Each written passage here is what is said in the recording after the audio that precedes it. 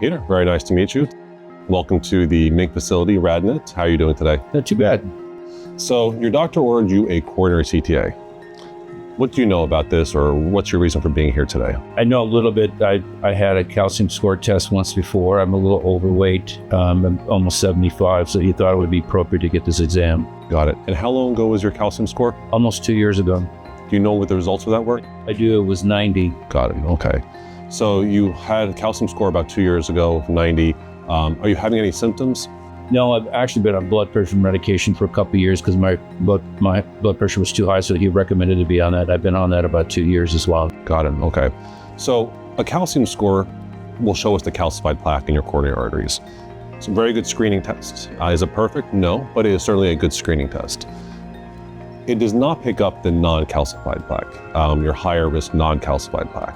It also doesn't tell us about the amount of stenosis in your coronary arteries. When it comes to the accuracy, the ability to really look at the coronary arteries, a coronary CTA really is the best examination.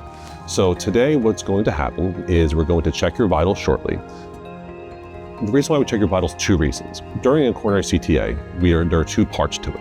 One is generally we need to have your heart rate around 60 beats per minute or less. Even with very fast CT scanners, when the heart rate's around 60 or less, you get more consistent quality imaging. The other part of it is, in order to really evaluate your coronary arteries, we'll commonly give a patient a medication called nitroglycerin. You put it in your mouth, and about 5 minutes later, your coronaries enlarge a little bit, we can evaluate them better. Now, we check your blood pressure to make sure we can give you those medications. Commonly to reduce your heart rate is a medication called metoprolol tartrate.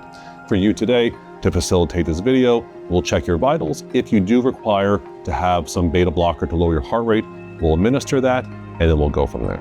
Do you have any family history of coronary artery disease? Not much, no. My father lived to 94. It's not pretty good. I have another brother that's in his mid-60s and stuff, and he's doing fine. Got it. You and I had spoke earlier, and you had mentioned, I think you were an athlete earlier in life? Early, I wanted to be a professional football player. I was Defensive Player of the Year in the 60s and here in California and stuff, and always wanted to be an athlete, but after 14 surgeries, orthopedic-wise and stuff, things have slowed down, and that's probably why my weight has gained up, because I haven't been able to do a lot of things that I used to do when I was younger. So are you still pretty active these days? Active business-wise, I'm a healthcare business analyst, enjoy that stuff. I've been involved in cardiac medicine my 50 years of my whole life, so I enjoy it. And so because I know a little bit about cardiac, this is the reason why I want to have the exam today, to get a better understanding, because accurate, early information will possibly help save my life, to be honest with you. You're 100% right. Early information is very important. And this is where a coronary CTA really has a lot of value. Coronary artery disease generally does not happen overnight. It's not something that, whatever you're doing last week is not all of a sudden going to cause severe coronary artery disease the next week. It happens over a period of years, decades, oftentimes very silent, not having symptoms. You being an athlete before, you're used to physical activity.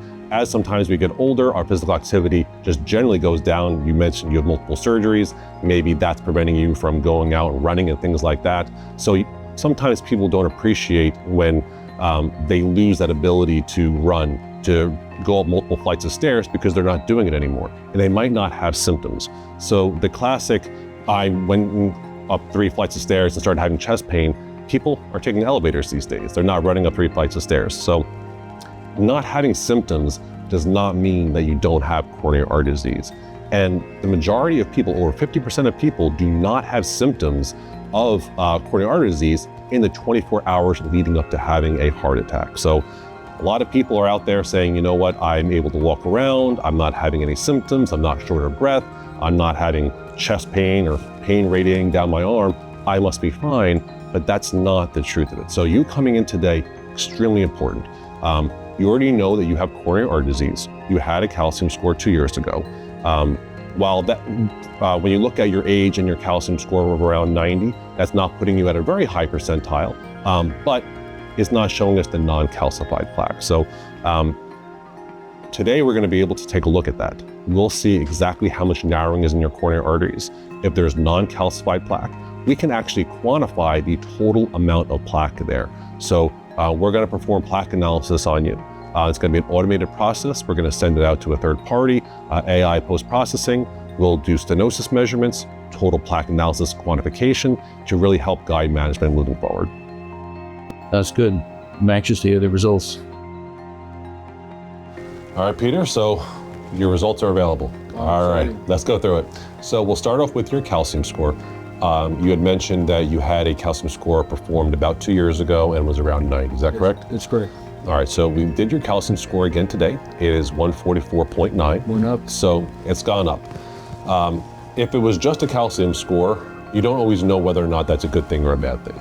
So sometimes when someone has calcified plaque, they also have non-calcified plaque that goes with it. So if you follow a calcium score with just another calcium score, you don't necessarily know whether or not you got more plaque or not, or if the non-calcified plaque that was present stabilized and calcified. So if you had just gotten normal calcium score, coronary artery calcium score, you might say, well, my plaque got worse, but you don't really know. So you might have been diet, exercise, and it helped, it actually stabilized. So today we did a coronary CTA with plaque analysis. So your calcium score has you at around the 50th percentile for your age and gender. So right in the middle of the road here. So here is your post-contrast coronary CTA images. So this right here is your aorta, and this is one of your coronary arteries coming off your left main.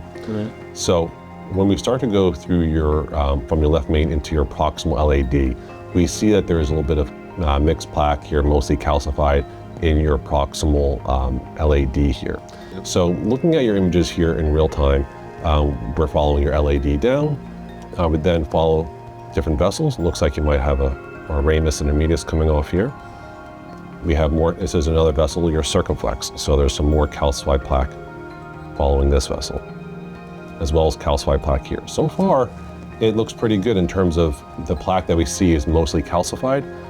There appears to be a little bit of mixed plaque right here. It's a little bit of not so bright, right? Exactly, some soft plaque. So when someone has a heart attack, more often than not, it's not the calcified plaque that caused the problem. Now, calcified plaque can cause narrowing of your coronary arteries, restricting the blood flow, causing symptoms, but if I recall, you were not having any symptoms, correct? Yeah.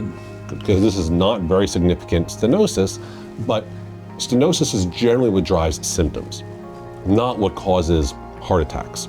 So when someone has a heart attack, more often than not, it's the unstable, the non-calcified plaque that ruptures, and you get some platelets that adhere to it, causing a focal clot and causing a heart attack. So it's, when someone does a calcium score, that is a good overall indicator of one's current risk or potentially even lifetime risk, depending on where things are at in their age, but does not catch the non-calcified higher risk plaque. So far on your scan, we see mostly calcified plaque. We have some more here. If I was to then look at your RCA, this is spine and right heart. We have a little more calcified plaque up here as well. And the rest of it is looking pretty good. So, and there are a couple ways in which one can do a coronary CTA. The standard way that we still perform on most patients is manual. I do generally have post-processing software that I use for analysis. I'll measure the coronary arteries. I'll look at it from different views. I can do some manual plaque analysis on that. However, what a lot of people are using this day is automated AI plaque analysis. So that's something that we did with yours today. So that's what we have on our monitor right over here. So for this scan, we sent it out to a company called Clearly Labs, and they performed AI plaque analysis as well as stenosis measurements. So this is one of the centerpieces. And looking at your total atherosclerotic plaque burden here, 132.4. So if you just relied on your calcium score, you're going to be missing some of this. So in terms of your total calcified plaque volume, it's 33.4 millimeters cubed, but you actually have almost more than 3 times as much non-calcified plaque volume. So 102 millimeters cubed. Good. In terms of your LAD is where there is that bulk of the non-calcified plaque. So here within your proximal LAD is a region of narrowing. It's about 30% narrowing of your proximal LAD. They measure it at 27%. And you have calcified and non-calcified. What that generally means is that you've had plaque there for a while. it usually will start off as non-calcified plaque. And then over a period of time, it'll stabilize. And some people say, it sort of heals itself. When it stabilizes like that, you generally don't have to worry about it rupturing randomly and causing a heart attack. But you still have some non-calcified plaque in that area. So if you were to have another follow-up coronary CTA, I would like to see that number for total calcified plaque burden get higher and non-calcified get lower. Lower, gotcha. So ultimately, we can see here in terms of your all values, if what'll commonly happen is, and we'll talk more about this and follow up with your doctor and how to best manage this, but for someone who has non-calcified plaque, there's a couple ways which one can approach it. Diet, exercise, lifestyle modifications, that's very common and absolutely should be done. However, a lot of doctors, particularly now that we have plaque analysis, when they see that there is when there's non-calcified plaque present, depending on the amount, they might want to be a little bit more aggressive with medical therapy. So that's a conversation for you to have with your doctor. That might include statins, medications like Zetia or PCSK9 inhibitors, all these different medications which are options to help you reduce your risk. I do see in a lot of patients that when they are more aggressive with their LDL-C reduction, not only can you stabilize your plaque, but even reverse it. So depending on how aggressive you are with some of these different changes, I would not be surprised that if this total plaque volume stabilizes here, you could even reverse it. So it'd be very, very uncommon. In fact, I don't believe I've ever seen it in my career for someone to have an actual decrease in their calcified plaque volume, but I have seen reduction in non-calcified plaque volume. So that's something that we can talk more about after this with your doctor. We'll make sure they have these results, and you can determine next best steps for you. Can I ask you a question? Sure, of course. In regards to the calcific in the plaque, it seems to be more proximal than distal. Is that correct? For your vessels, yes. So for yours, we have a lot more calcified plaque within your proximal LAD, and then your proximal to mid circumflex, as well as a little bit of calcified plaque here in your proximal RCA. So it is more proximal disease. Very interesting. I didn't have to have a coronary angiogram to show this. No, that's a good point, And when someone has an invasive coronary artery cath, you generally cannot, you can't tell the amount of plaque that is there. You can't quantify it. Yeah. You can't tell whether or not how much non-calcified plaque is there. You can tell narrowing. And that's just one part of looking at images, and the patient is saying how much stenosis is there.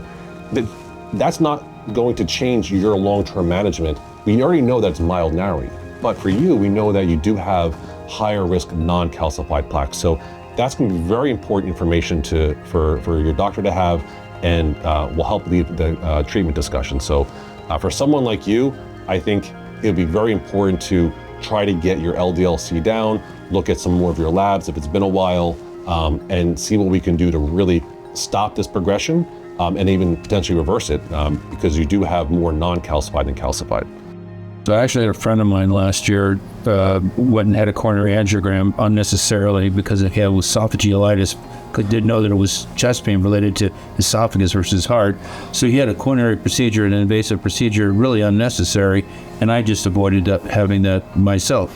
And that's, this is one of the situations for coronary CTA that it's a win-win for the patient and for the healthcare system, because it saves the patient from having unnecessary procedures.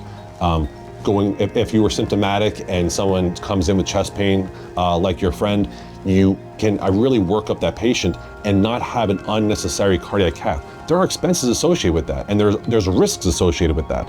I don't want a patient going to the cath lab just to say that it's negative. You should go to the cath lab and make efficient use of your time because you plan on doing something, and even have a good idea about what you're going to do before you get there.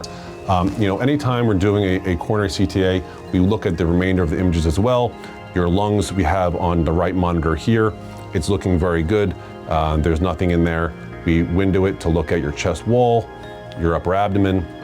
If this was a case where you were symptomatic and you had between 40 and 90% stenosis, we would do something called FFR, or in the case of Clearly Labs, they offer a product called ischemia, where it helps to identify whether or not that stenosis is potentially restricting blood flow, which could account for your symptoms. Lucky for us, you are asymptomatic, and even your stenosis percentages don't fall into that range. So we are not running any FFR on you today. Thank you for the good news, sir. Yes, absolutely. I'm glad that you came on out today for this, and we'll make sure your doctor has a copy of the analysis, and I'm happy to discuss the results with them.